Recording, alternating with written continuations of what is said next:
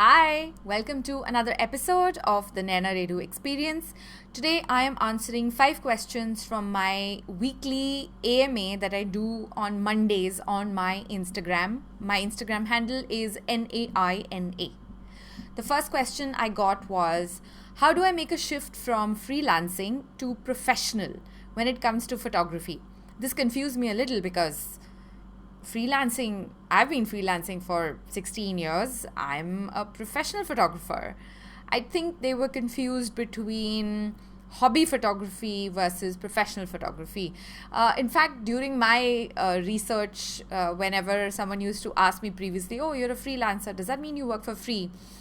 I was like, no, that's not what freelancer means. And apparently the word has its roots in two words combination, free and lance.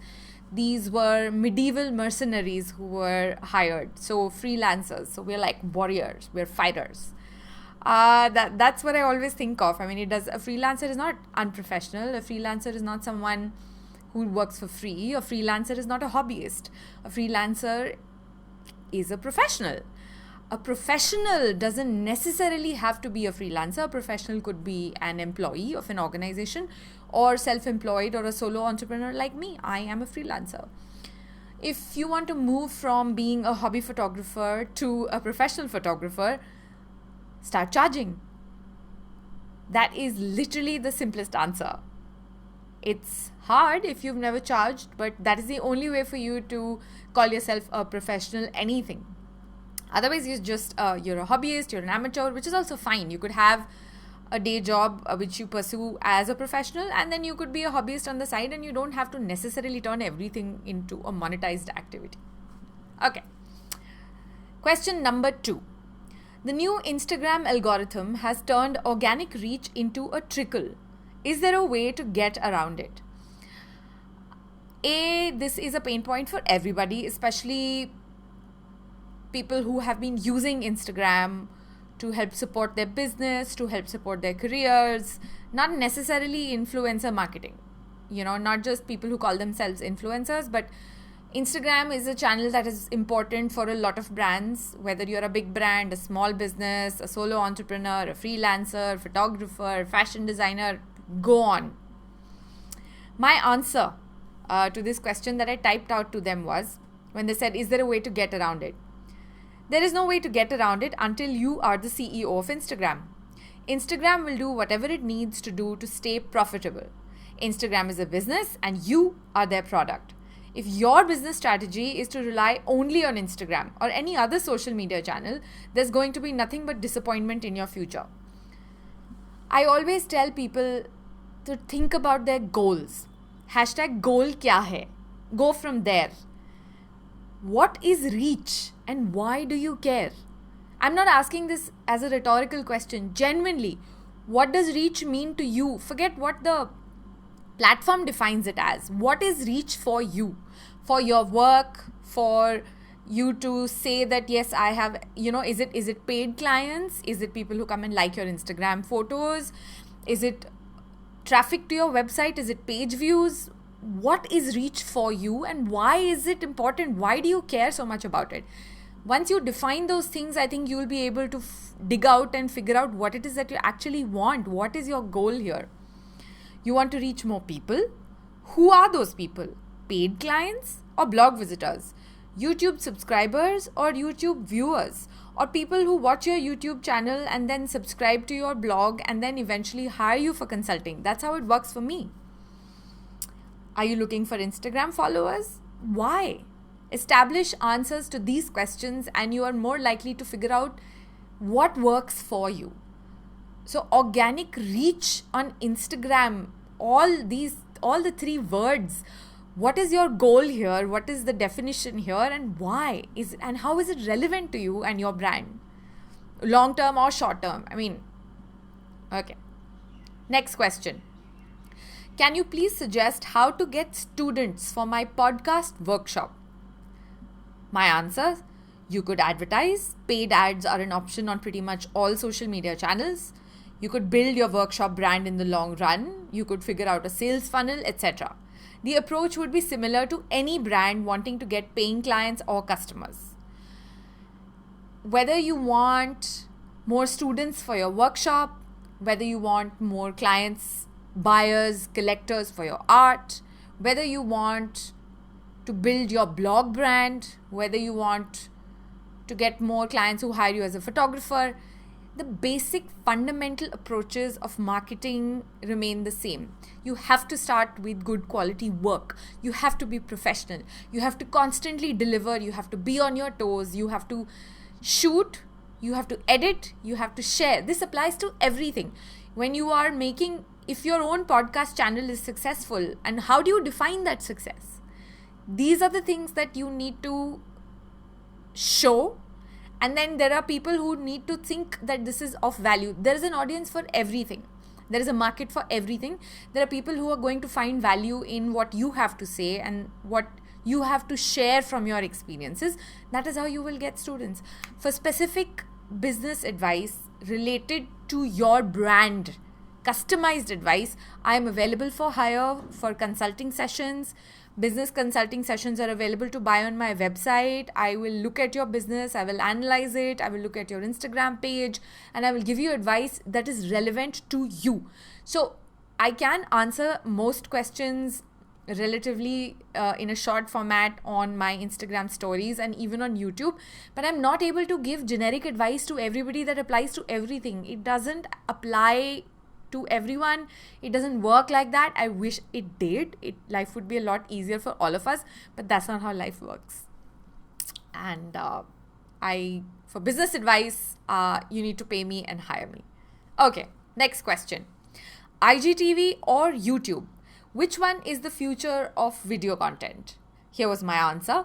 Neither platform is going anywhere anytime soon. In both, you are at the mercy of an algorithm that you don't have any control over. Video is especially complicated when it comes to owning your content. It is rare to find an individual who can afford to host their own video.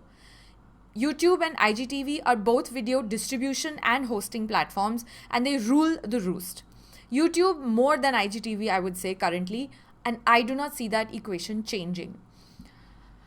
Both have their pros and cons. Both of them are not going anywhere.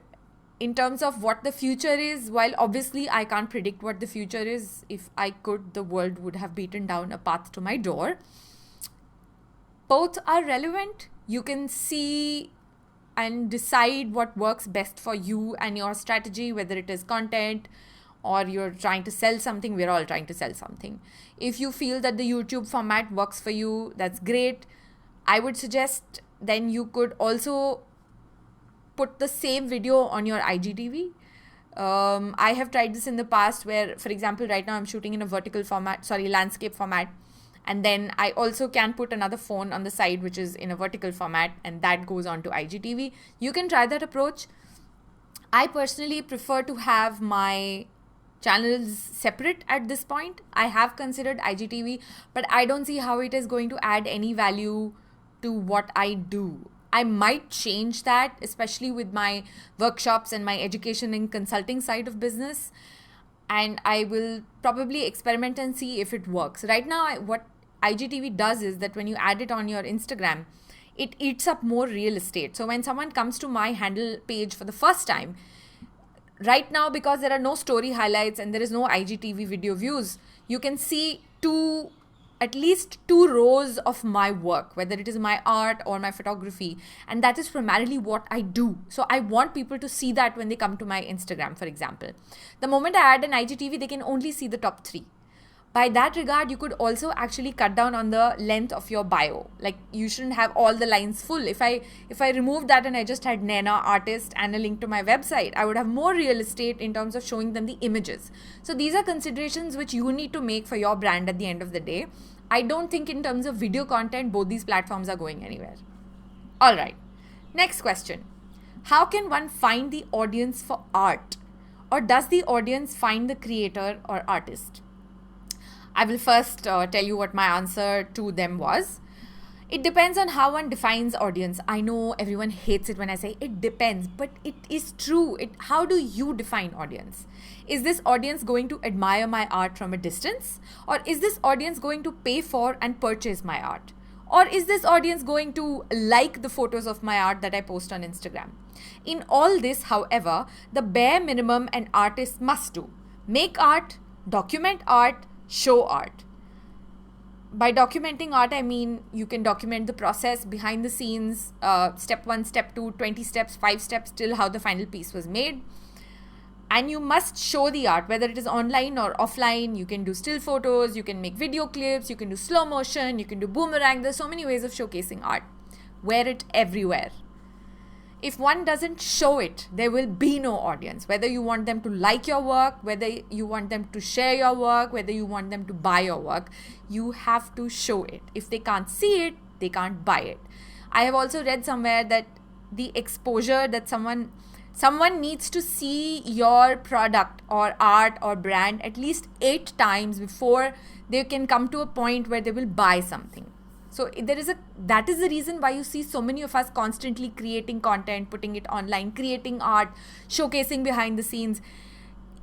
It is harder to sell online, especially with stuff like art, because it has always traditionally been this thing where you can go to an art gallery and you can see the pieces in person, you can interact with the artist, etc.